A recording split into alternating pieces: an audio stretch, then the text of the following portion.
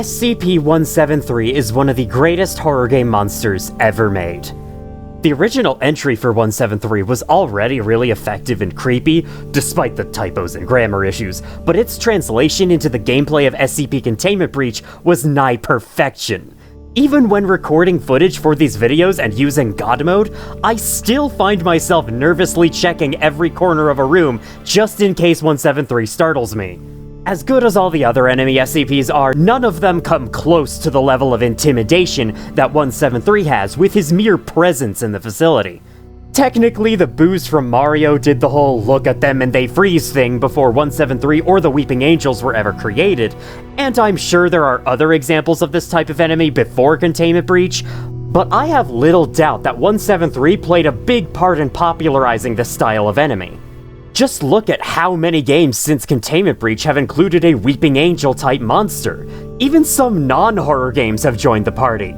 Anyway, blah blah, 173 good and effective monster. Now, let's cut to the chase and see what makes him tick. On this month's episode of SCP Containment Breach-EX, I'll be explaining most of the exact code behind his main behavior, how he spawns around the facility, and how he interacts with certain room events. I'll try to make the footage as jump scare free as I can, but since this is 173 we're talking about, that may not be possible. Now let's get this road having a show running down it and explain the behavior of SCP-173.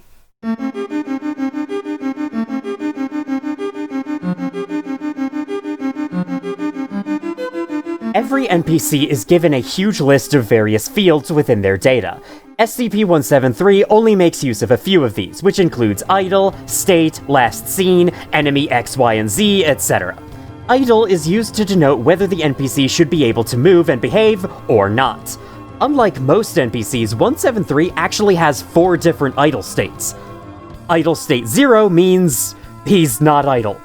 Idle state 1 means he is present on the map but doesn't move or do anything. This state is used for the intro sequence, when the nine-tailed fox are staring him down, or when 173 has just killed the player, along with a couple of other situations. Idle state 2 means the nine-tailed fox have captured 173, and while in this state, he will hover in place next to an NTF soldier with his cage's visibility toggled on.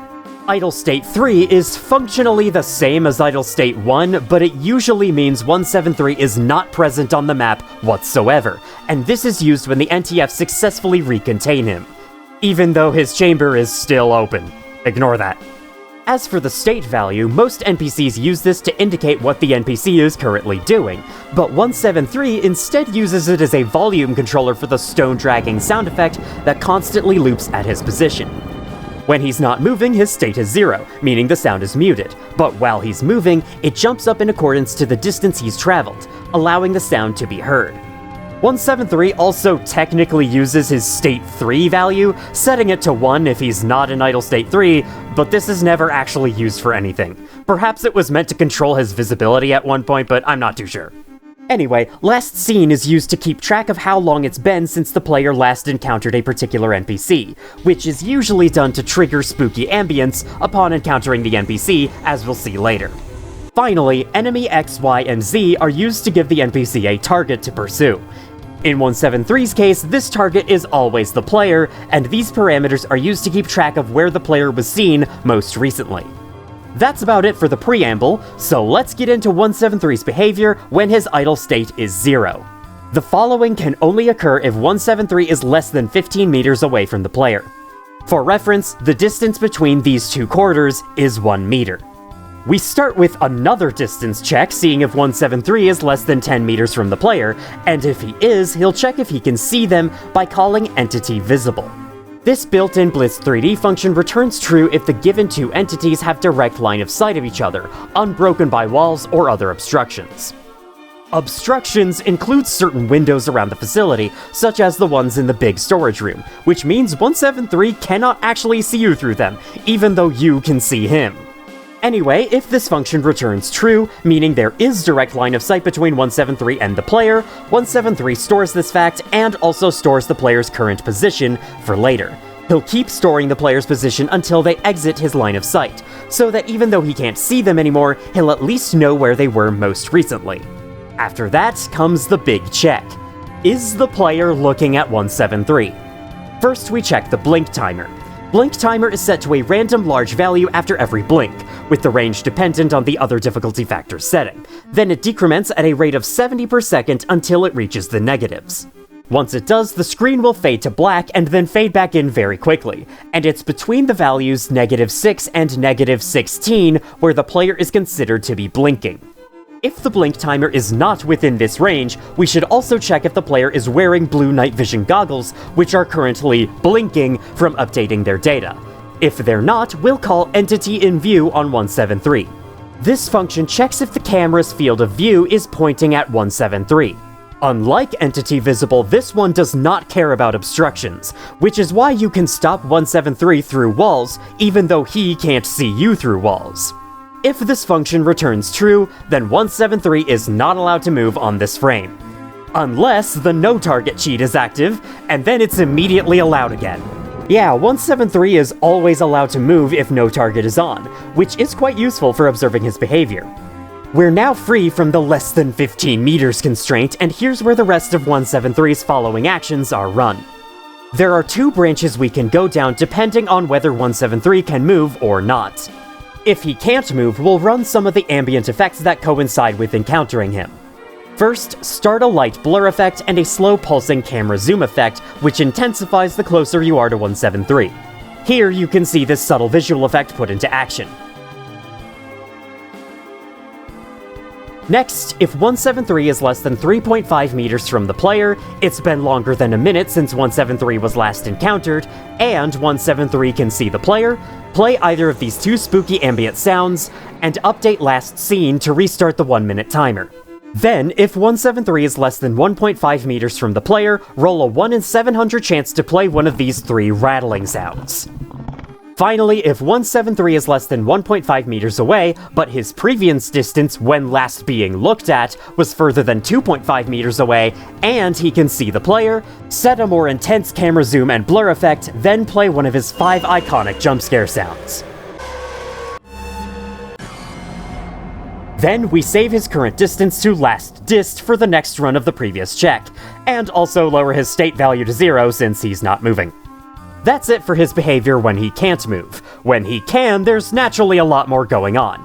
Just remember that all of the following is only run when the player isn't looking at 173 while closer than 15 meters from him, or if no target is enabled. His next behavior is to run one of 3 chunks of code depending on how far away he is from the player. First of all, if he is currently further than 50 meters away from the player, he'll roll a 1 in 70 chance each frame to find a waypoint closest to the player and teleport there. Waypoints are scattered all throughout the rooms of the facility, and they are used for both NPC spawning, or teleporting, and NPC pathfinding. 173 has no pathfinding whatsoever, so teleporting is all he uses them for. He'll only search for waypoints if the player is not in the pocket dimension or the ending zones, and for each waypoint, he'll run a 1 in 5 chance to select it and check if it'll be a valid teleport. The waypoint in question must be between 15 to 25 meters away from the player's X and Z position for the teleport to be valid. If a valid waypoint is found, then teleport 173 to its position. The next chunk of code runs if 173 is further than high distance times 0.8 meters away. High distance is 15 by default, so that makes it further than 12 meters away. If this is the case, roll a 1 in 70 chance each frame to call the function teleport closer on 173. Teleport closer is a more generalized function that many NPCs make use of. It's quite similar to the teleport process we just talked about, but there are a few major differences. Firstly, every waypoint is always checked with no random chance factoring in. Secondly, the NPC in question, in this case 173, must be 1 to 10 meters away from the target waypoint in both X and Z position. Thirdly, the waypoint must be at least 16 meters away from the player, or at least 8 meters away in aggressive NPCs mode. 173 iterates through each waypoint and finds the one that's closest to the player while fulfilling all the previous criteria. But he doesn't teleport just yet. The teleport will only go through if either 1. 173 is out of the bounds of the facility for whatever reason, 2. Aggressive NPCs mode is enabled, or 3. The waypoint's Y position is between -10 and 7. Basically, the waypoint must be inside of the main facility. Remember that only one of these needs to be true, so if either of the first conditions are true, the last condition isn't checked. This is why 173 can appear inside SCP-049, the Plague Doctor's chamber, or the maintenance tunnels on aggressive NPCs mode, while he almost never spawns in those locations normally. It's because these sublevels are far below or above the main facility, so 173 and other NPCs aren't allowed to teleport here unless they somehow fall out of bounds and are close enough to the sublevel to reach one of the waypoints. But if aggressive NPCs is enabled, this check is skipped and they can go crazy. Even still, 173 and most other NPCs cannot spawn in Storage Area 6, simply because there are no waypoints in the entire sublevel.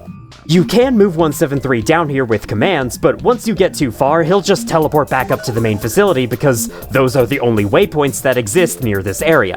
The only enemy that can spawn down here is SCP-106, the no-clip guy, because his spawning isn't bound to waypoints. But I digress.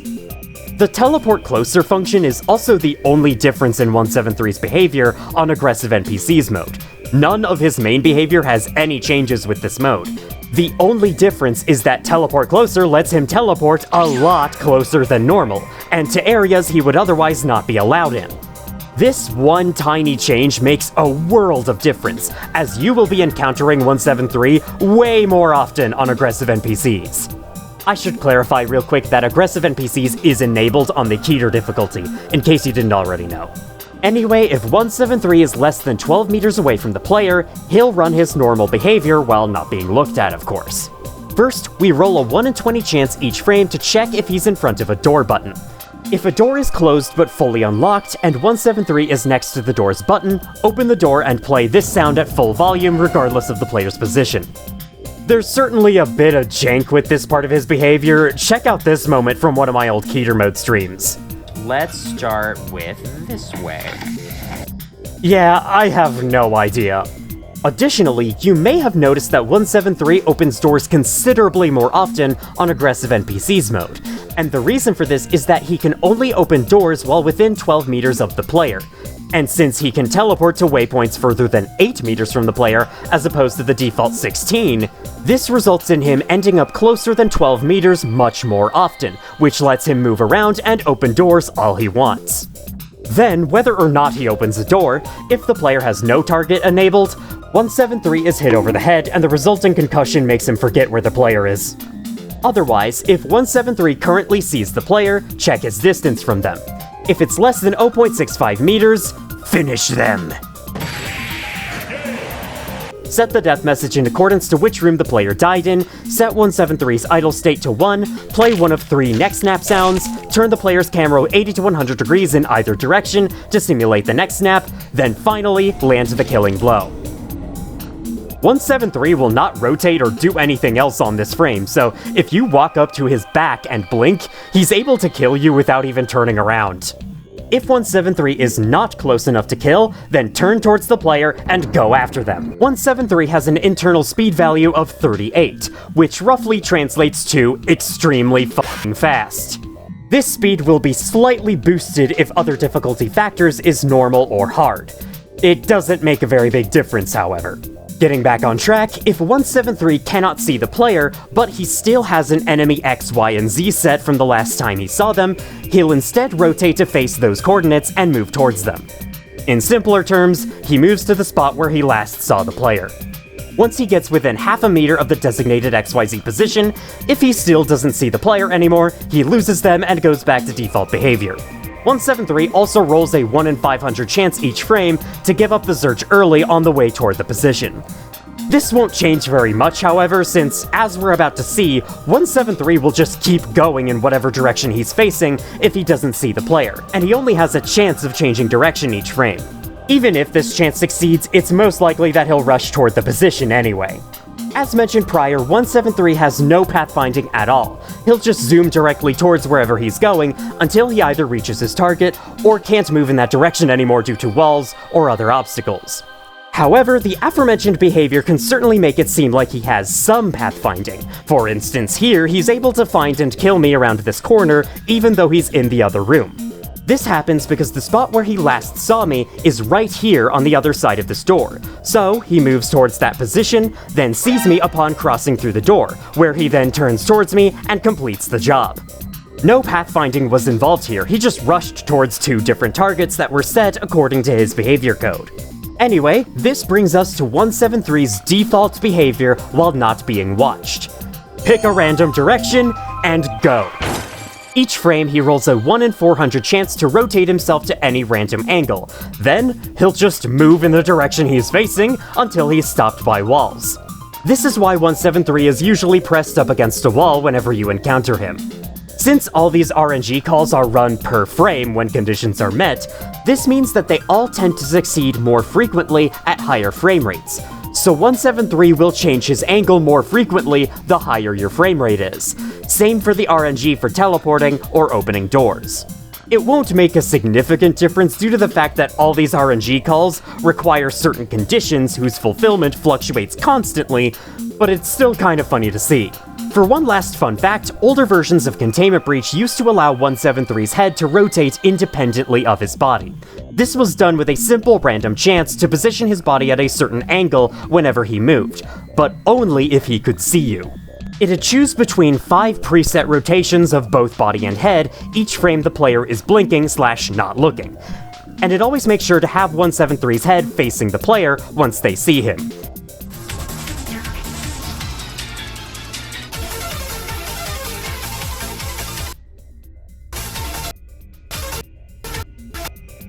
He would also turn his head up towards you if you were more than 0.7 meters above his position. A quick thank you to Wolfclock for this information. So that's it for 173's behavior code, but since he is essentially the main enemy of the game until recontained, he ends up as a participant for a lot of different room events throughout the game. Let's go over those now. First up, the intro sequence. 173 is placed inside his containment chamber and set to idle state 1, meaning he is present but can't do anything. Once the breach starts, he is rotated towards and moved to the positions of your fellow Class Ds, and he also ignores the player during this time. Then after killing the second one, his idle state is briefly set to 0, allowing him to attack the player if they blink. He is also told to face the player each frame over a small window of time, which allows you to see him turning. Kind of funny. Then, as long as you're in this half of the room after enough time elapses, 173 is teleported up to attack the balcony guard, and the sequence ends. If you're in the wrong half of the room, your blink meter will be forced to -10 for an extended time, letting 173 kill you. Next up is the post-breach event. 173 is placed down here, then moved a ways towards Agent Ulgrin and Security Chief Franklin after the lights flicker. When the lights flicker for a second time, if the player is within 2.5 meters of 173, then 173 is teleported on top of their position, basically killing them since the lights flickering also forces a blink. If the player is far enough away, 173 is actually teleported off of the map to the coordinates 000. Afterwards, his behavior code takes over and teleports him back onto the map somewhere. This helps to randomly shuffle his first location after the breach. Next is the lock rooms, which can have an event called Lock Room 173. This event teleports 173 inside the lock room once the player gets close, though only if 173 isn't too close and/or isn't already being watched by the player. Once the event triggers and 173 is teleported, the event is deleted from the room so it can never happen again. This event has a 2 in 3 chance of being assigned to the first place lock room on the map, while every other lock room has a 30% chance of having the event assigned. On Aggressive NPCs mode, this chance is 80% instead, though only for these subsequent lock rooms. The first lock room still has a 66% chance. Similarly, the T-shaped lock rooms have an event to spawn 173 next to this button when the player enters the room, as long as they're not already looking at 173. The event is also deleted from the room once this happens. This event has a 50% chance of being assigned for each one of these rooms, which is bumped up to a 90% chance per room on Aggressive NPCs mode. The gas catwalks as well as the light containment hallways with these odd cubby corners in them both have an event that spawns 173 in this cubby when the player gets within 8 meters of the center of the room, along with the same 173 cannot be already seen conditions. This event has a 40% chance of being assigned for each one of these 2 rooms, increased to an 80% chance on Aggressive NPCs. The big server rooms in the entrance zone also have an event that spawns 173 in them, and this one has the simplest conditions by far. The player must be in the room, and then they must blink. After that, 173 will be teleported to one of 3 possible locations in the room. Again, only once. Afterwards, an event state is set that causes him to never teleport here again. The reason why this event isn't deleted is because the event is also responsible for controlling the white anomalous duck in the corner of the room. The metal tunnels with fuse boxes on the side can have this event where the lights go out, or rather, your eyes are closed, and 173 is spawned in the center of the room when they come back on, / open back up. This event is guaranteed to appear on 1 or 2 instances of this room when playing normally. On aggressive NPCs, only 1 instance of the room is guaranteed to have this event, but all other instances now have a 20% chance of receiving the event as well. For a couple of fun facts, 173 is actually teleported to this room while you're forcibly blinking, but thankfully he's set to idle state 1 until you're granted vision again. Also, this event will always play these 2 sound effects throughout. But these sounds can also play as random ambient sounds throughout the facility, and in that context, they mean absolutely nothing and are in no way related to 173's behavior or presence, not even the stone scraping sound.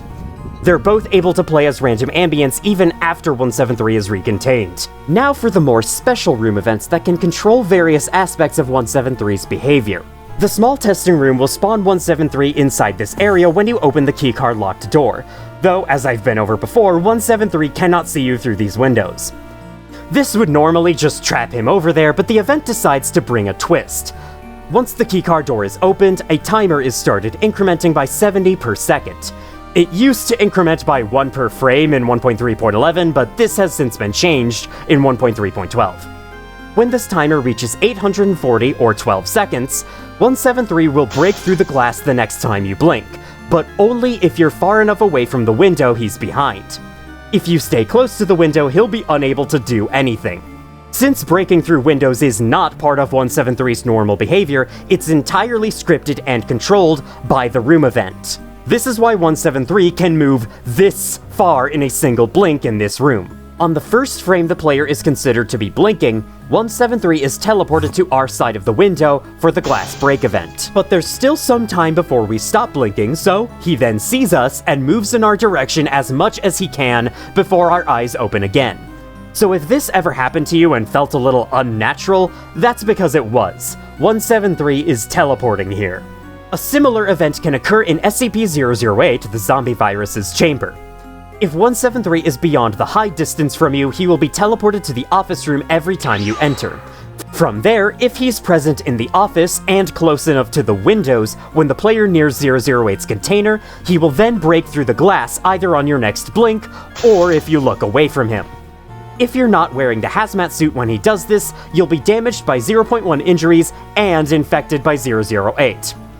Oh yeah, and 173 is in front of you now, and you should be very concerned for your life, because the airlock doors will be locked until you shut 008's container. Something else I discovered while reviewing the code is that you can be infected by 008 without 173 breaking the glass. This will happen if you approach the container when your blood loss is higher than 0. Yes, blood loss is the only thing it checks, not injuries. So even if you currently don't have any open wounds, if you ever lost blood in the past, you're now infected. I love this game. Final note, all of the aforementioned events will not do anything with 173 if he is captured or recontained. It kinda goes without saying, but I thought I'd mention it. That's it for the room events that interact with 173, so to close out, let's circle back around to the Nine-Tailed Fox and how they interact with 173. First off, apparently they're able to listen for 173 moving around, which is pretty cool. Once they have sight of him, they'll approach him while keeping watch, assuming there are no other enemies around. During this time, 173 is frozen by being set to idle state 1. The NTF also have a randomized blink timer that lasts for a range of 10 to 15 seconds. However, all this timer does is make them say, "blinking," when it runs out. This has no effect on 173 whatsoever. Should the NTF end up losing sight of 173, he will be set back to idle state 0, and thus be able to move again. And before you ask, no, 173 does not pay the Nine-Tailed Fox any mind. He only cares about the player. Anyway, when a regular NTF soldier gets within 1 meter of 173, or if the leader of the squad gets within 2 meters of 173, a 15-second timer starts. Once it finishes, 173 will be captured.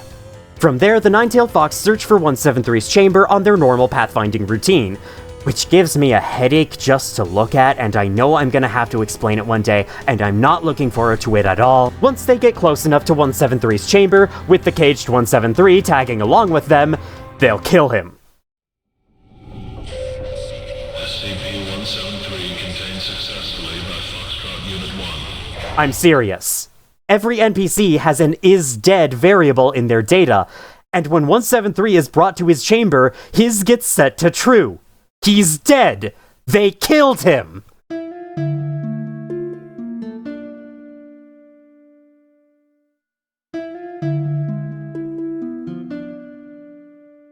And now you know why 173's chamber isn't shut after he's recontained. I see right through your lies, Foundation. Jokes aside, upon the Nine-Tailed Fox returning him to his chamber, 173 is set to Idle State 3 and is now removed from the game for the rest of your current playthrough. And honestly, I always end up missing the exhibit. He's easily the most fun enemy to avoid in this game, and once he's gone, I feel like the game starts to lose a bit of steam. Plus, the blink meter doesn't have much of a purpose anymore. While it can affect a select few things throughout the game, at the end of the day, it really is just there for 173. Oh well, at least I can cherish all the good memories we had together. Now, what else is there? You can enable or disable 173 using the console, which just sets his idle state to 0 and 3 respectively, plus showing or hiding his entity respectively. You can also see his stats with this command, change his speed with this command, or teleport him to you with this command. 173 also has a special jack-o'-lantern texture which can be applied to his model in 3 ways. Using another console command, looping through SCP-970, the recursive room, 60 times, or playing the game on October 31st. If you want to learn more about some of the funky things involving this texture, see my miscellaneous facts video. And that is everything that I know about SCP-173's behavior. To summarize, if you're too far from him, he'll be teleported nearer to you, though only to areas further than 16 meters from you. If you're close enough to him and he has line of sight of you, he'll rush towards you when you aren't looking. If he can't see you, he'll pick a random direction and move until he gets stopped by walls. On Aggressive NPCs mode, he is able to teleport to waypoints further than 8 meters from you, making him appear much closer to you more often. He also gains the ability to spawn in various sub-levels instead of only the main facility. And once the Nine-Tailed Fox enter the facility and cross paths with him, they'll take him out behind the shed. While I wish I could give you a guide on how to predict where 173 is at any time, aside from these room types using a room event to consistently spawn him inside of them, I cannot say much more as for where he will be in the facility. His teleports are not guaranteed to happen. They only have a 1 in 70 chance per frame to occur, and even when he does succeed them, where he goes is entirely dependent on your position in the facility. So just stay cautious, check every corner of a room, shut doors behind you, and you should be good. For having such detailed behavior and detailed code controlling it all, SCP-173 is easily the simplest of all the enemy SCPs, with the block of code containing his behavior being only 248 lines of code long. For reference, SCP-049's behavior is nearly double that. Anyway, I hope you enjoyed this analysis and perhaps learned a thing or two while watching. Before I wrap up, I would like to address the elephant on the Steam store.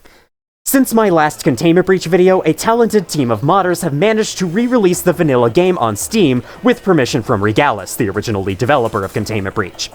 This release is also an update, known as 1.3.12. And I can safely say that this is the definitive way to play vanilla Containment Breach in 2026.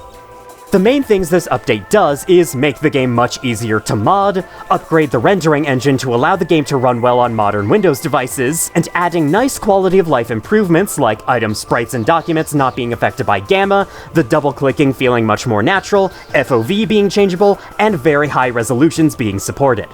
The only notable gameplay changes are that SCP-066, the red eyeball yarn thing, now has an achievement for encountering it, SCP-079, the computer's chamber, now has its walls matching the heavy containment zone's aesthetics. There's a big new mods button on the main menu, which I think looks a little odd, but it's whatever. And the custom difficulty option is now called Esoteric, to fit more in line with the object classes on the SCP Wiki. There are more changes than this, but in general, it's the same experience as 1.3.11, just polished up to be able to run on most computers. And I can confirm this. While 1.3.11 barely runs on my crappy little school laptop, 1.3.12 runs like a dream. Since 1.3.12 is on Steam, and it is easily the best way to play vanilla Containment Breach, this is going to be the version most people experience going forwards, so it's worth mentioning how this will affect my videos. This video's footage was recorded in 1.3.12, and all my future Containment Breach-EX videos will be based on this version. While the developers certainly have made some changes to the code, like making all the text no longer hard-coded for modding purposes, most of the underlying codebase is the same, and from what I hear, they don't plan on changing it very significantly. There is one exception though, and that's the random generation. Out of all my previous videos, the random generation one is the most outdated. 1.3.12 completely changes steps 3 and 4 of the generation process in order to get rid of the overlapping rooms issue altogether. Steps 1 and 2 of generation are still the same, but 3 and 4 are very different, and I haven't yet looked into how they work, so I'll save that for some other time. For now, I've attached a clarification to that video's title that the explanation is for version 1.3.11 specifically. As for the other videos, there are a few small changes that have been made with some of the things I've explained. I'll go through a small list of what I know has been changed so far. The duplicate hidden right shoulder message displayed when rolling the highest damage case or being shot without a vest on has been changed to say the bullet hits you in the chest instead. The 966 debuff message oversight has been fixed, and again, this was probably the easiest bug fix of the developers' lives. The stray offset numbers causing 420J, the Weeds, outputs to spawn way outside the booth of 914, the refining machine, have been removed, fixing the issue. Oh. Well, the smelly joint spawns correctly at least. The timers for the small test room event and the Gas Catwalk 106 event are no longer dependent on frame rate and will count at a rate of 70 per second as usual. And last up, the room event for 372's chamber now uses the correct name in the map creator, which allows 372 to spawn on custom maps. Plus, the 682 Roar event can now be placed. If I run into any more changes to stuff I talked about in a previous video, I'll add it to a pinned comment below. Feel free to let me know about any changes you found on your own.